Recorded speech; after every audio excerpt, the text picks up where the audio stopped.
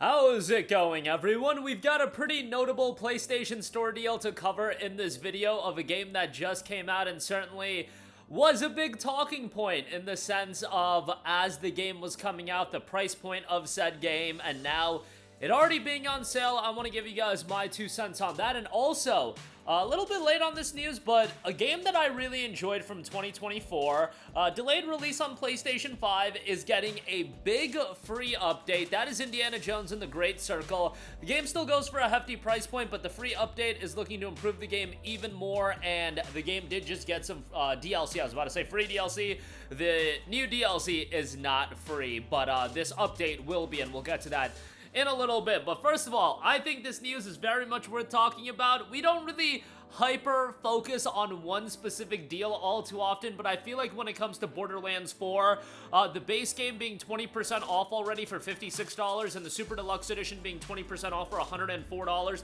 this is something certainly to bring up. Now, I played through the entirety of Borderlands 4. I did predominantly play the game solo, so if you want to say that my opinion on Borderlands 4 isn't relevant because I played the game mostly solo, I mean, more power to you. I still want to give you guys my opinion on it because I have fairly positive things to say about it. Outside of the PC version being an absolute atrocity, and I did do my playthrough on PC, the gameplay was fun. I would still say the dialogue really not my cup of tea. Sometimes there were certainly times where I did chuckle here and there, and the overall story didn't do much for me. And again, dialogue really not for me anymore, but as far as the gameplay goes, I really did enjoy the gunplay. I thought some of the side quests were well done. The reality is, Borderlands to me, it's just the absolute IP that I would look at and be like, yeah, that's a fun time.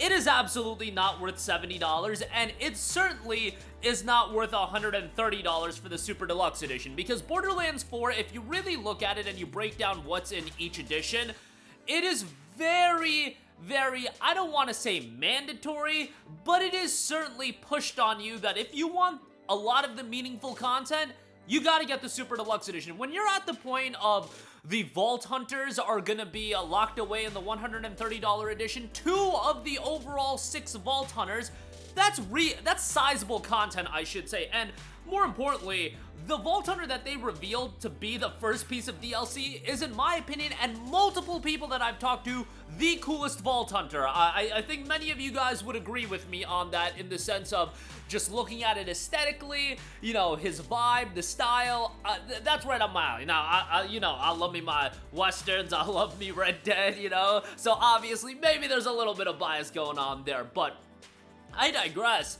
The Super Deluxe Edition was something that you almost, I don't want to say it was a mandatory purchase, but it was very much, hey, go buy the Super Deluxe Edition if you really want all the content, and that's $130. I look at some of these games, and again, the $70 price tag, I think, is already pushing some people away, but I think people have opened their eyes a little bit more so to the fact that $70 or $60 in some cases really doesn't get you all the content. And when I say that, it does differ from game to game. Some games, you know, $70 will get you 80, 90% of the content. Sometimes it'll get you 70% of the content. You get the idea. In the case of Borderlands 4, I really do believe it's pushed on you, hey, you gotta go get the Super Deluxe Edition if you really want to get into Borderlands 4 and have this be a sustainable experience. And I think a lot of people were pushed away from that as far as that being an element of it. Also, in the standpoint of this being a game that you want to come back to, everybody that I've talked to,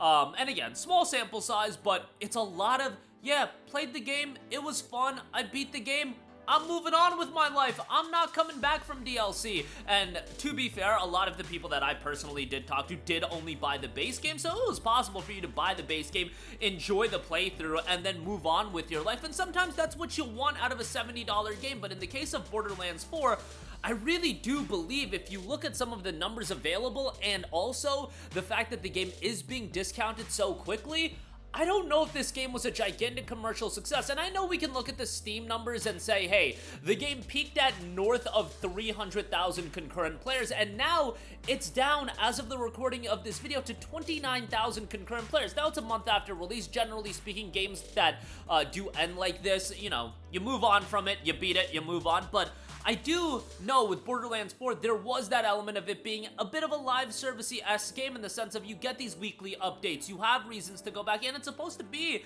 you know, a 40-50 hour RPG. It would be one thing if it lost 70% of its player base. I would be like, that's about normal. Losing 90% of your player base, I feel like, is a talking point for a game like Borderlands 4, and the reality is, I don't know how many people are gonna come back to this game to play the DLC. I am very curious to observe those Steam numbers when the first major piece of story DLC comes out. Are people gonna jump back into it? I have a feeling they're not, and for all of you that were watching our preview videos and you're like, hey, game looks fun, game looks fine, I'll wait 2 to 3 years for the Super Ultimate Edition to be 20 bucks and I'll buy it then.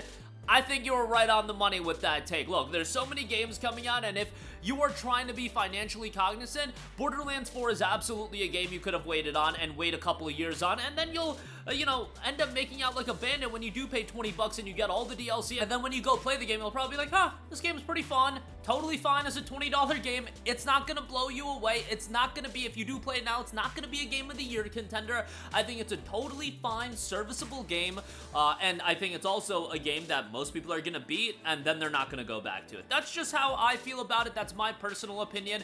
Would I pay $56 for it or $104 for the Super Deluxe Edition? While I think the fact that it's already discounted this fast, especially after all of the controversy leading up to its release, do you remember, if you're a true fan, you'll find a way to make it happen? Y'all remember that? And the fact that this game is already discounted, I think that does say something, but from my vantage point, would I tell you to spend $56 on Borderlands 4? Would I tell you to spend $104 on the Super Deluxe Edition?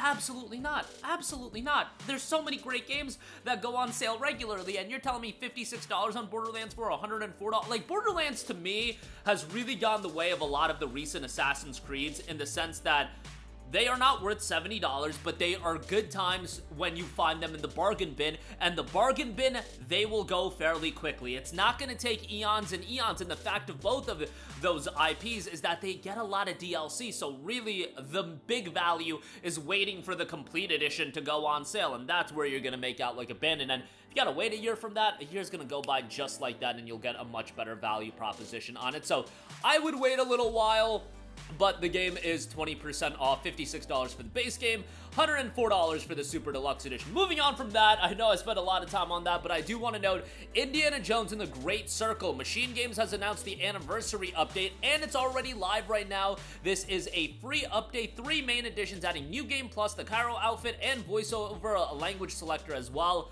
I loved Indiana Jones The Great Circle. I thought it was a great game. I would really put it in that second tier of my favorite games of 2024. I thought it was a really, really solid game. Incredible visuals, great voice acting, gameplay is solid.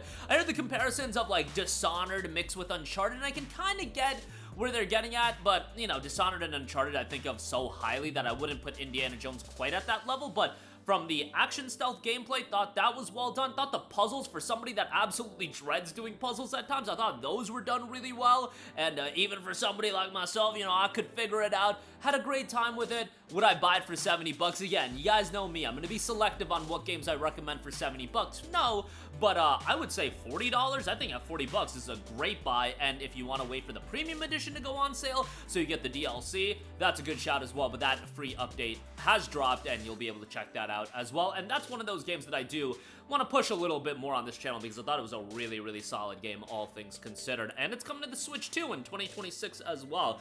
Very interested to see how it runs on that. Hopefully fairly well, because it's a very visually impressive game. But that is going to do it for me. Again, Borderlands 4 deal of the week on the PlayStation Store, 20% off. It's 20% off everywhere, and just thought it's an interesting story to talk about. And Indiana Jones and the Great Circle, free update on that. That is live right now. That's going to do it for me. Let me know all of your thoughts in the comments section down below. Sound off there. Thank you for watching, and goodbye. Hey guys, we hope you enjoyed the video, and if you did, make sure to hit the subscribe button, and if you're already subscribed, do us a favor and hit the bell icon. This way you'll be notified whenever we post a new video. That's the best way to keep up with all of our uploads, and we usually try to upload 2 videos a day. And with the bell icon hit, you'll be notified whenever we do upload a video. As always, thanks for watching.